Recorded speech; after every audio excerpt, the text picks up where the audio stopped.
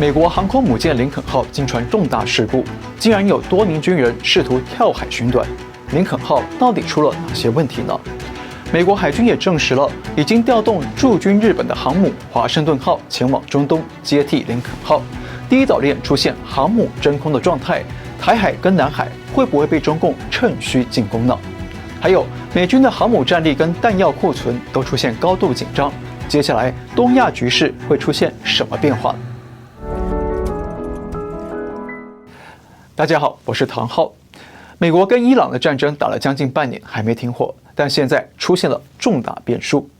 美国海军在8月13号证实了，他们已经调派驻点日本的航空母舰华盛顿号赶往中东海域，准备接替另一艘航空母舰林肯号。目前华盛顿号打击群已经穿过了马六甲海峡，持续的朝阿拉伯海方向来前进。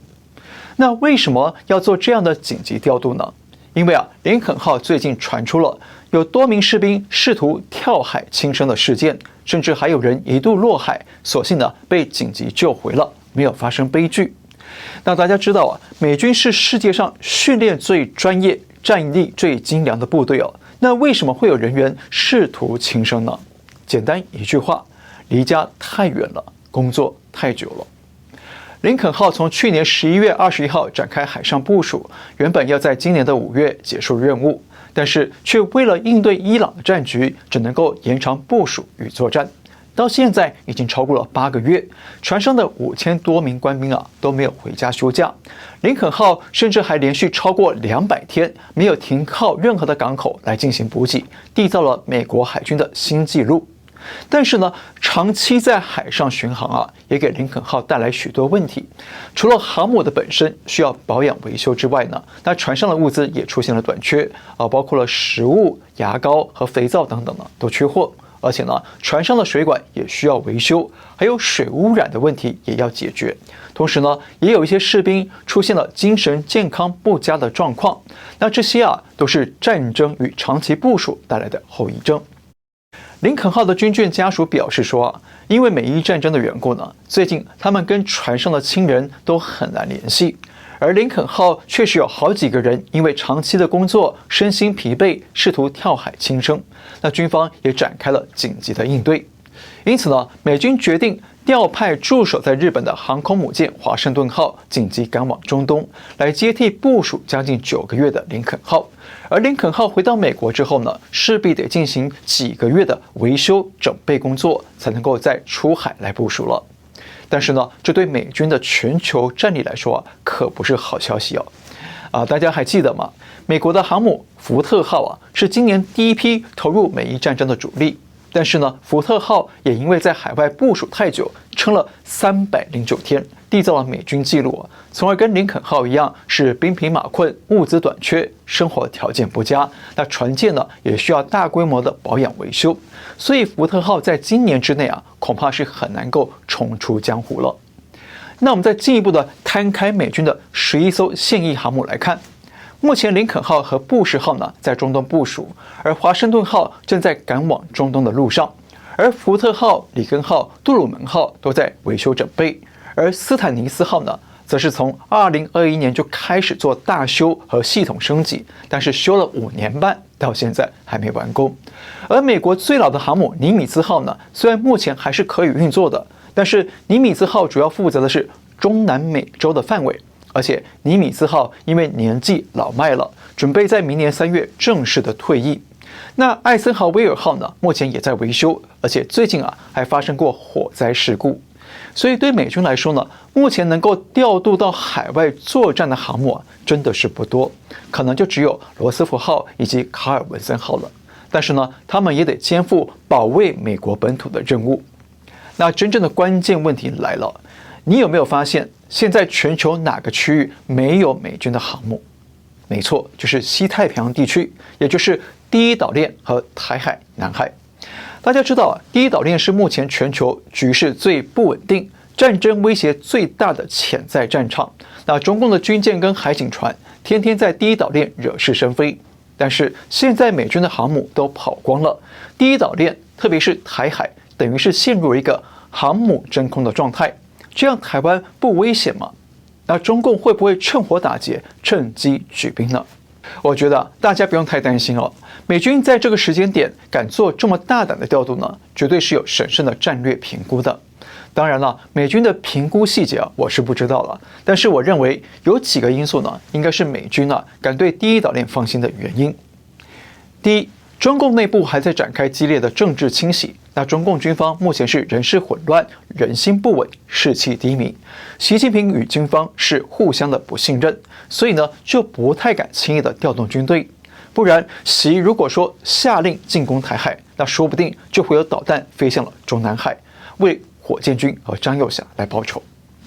第二呢，习近平9月要到美国跟川普见面，而且中共今年11月也要承办 APEC 领袖峰会，在这个时间点上呢，中共是不太可能对台海发动战争的，不然的话，不但会打坏自己苦心经营的这个万国来朝的宣传好机会，还会为了台湾跟全世界翻脸，成为世界公敌，收到了数不尽的制裁大礼包。这样呢，对习近平明年的21大连任呢是非常不利，也是非常难堪的。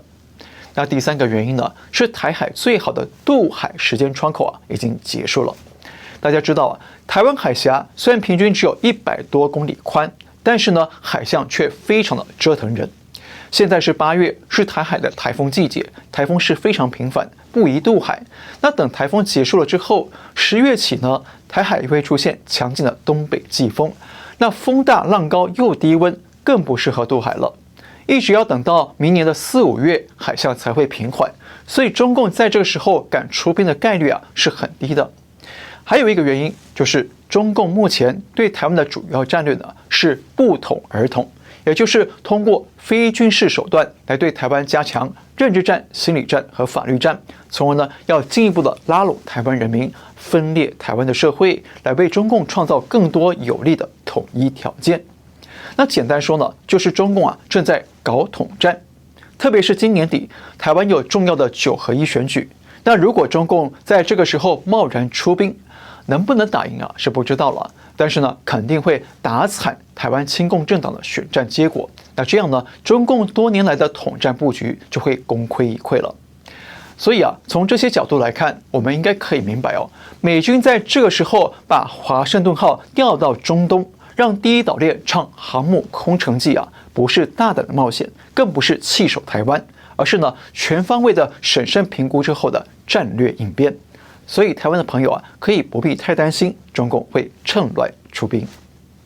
休息一下，来看个健康资讯。您有呼吸道过敏、鼻炎或哮喘吗？或者常觉得呼吸不通畅，容易感冒吗？那么请您就要注意了。传统的韩国医学认为鼻子是肺部主导的，所以呼吸道的病变其实都跟肺部异常有关，像鼻炎、哮喘、肺病等等呢，都是因为肺部不健康、肺部积热过多导致的。因此，韩国的扁康韩医院院长徐孝熙经过50多年的经验与研究，用中草药开发出扁康丸。扁康丸可以从根本上清除肺部积热，让肺部恢复健康，而鼻炎、哮喘和肺病呢就会渐渐康复，而呼吸不顺、容易疲劳以及相关的呼吸道症状也就会很快改善。现在全世界有16万名病患被治愈了。那有兴趣的朋友可以到扁康丸的海外官网去了解，网址是 piancom.us。他们也有多国语言的服务电话可以免费咨询，涵盖了欧美、澳洲、日本、台湾和香港等地。还有个好消息就是呢，只要您输入优惠码堂号 TANGHAO 不分大小写，就可以获赠来自韩国的玄宝黑参原参。那这是遵循400年传统古法制作的黑参，可以补肾补气、恢复精力，还可以抗癌、抗肿瘤、降血糖、防血栓等等。而且呢，买几瓶扁康丸就送几支黑参，机会是非常难得，还请您把握了。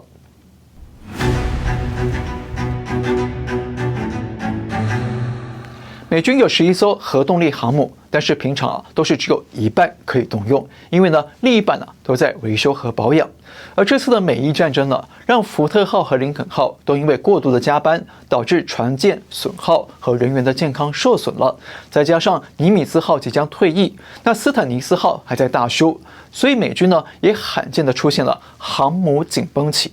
那这个紧绷期会维持多久呢？有专家告诉《华尔街日报》说大约需要3年的时间才能让美军的航母舰队恢复到理想的战备状态，因为航母的维修是需要排队的。那从另一个角度来讲呢，中共利用伊朗来牵制美军、消耗美军的代理人泥沼战术呢，确实起到了一定的作用。一方面呢，是美军的航母战力受到了影响；另一方面呢，是伊朗让美军消耗了太多的防空导弹和战斧导弹，导致美军现在弹药库存是很紧张，得要省吃俭用了。那这也是为什么最近川普没有在大规模的轰炸伊朗的主因。那双方只剩下了口头轰炸。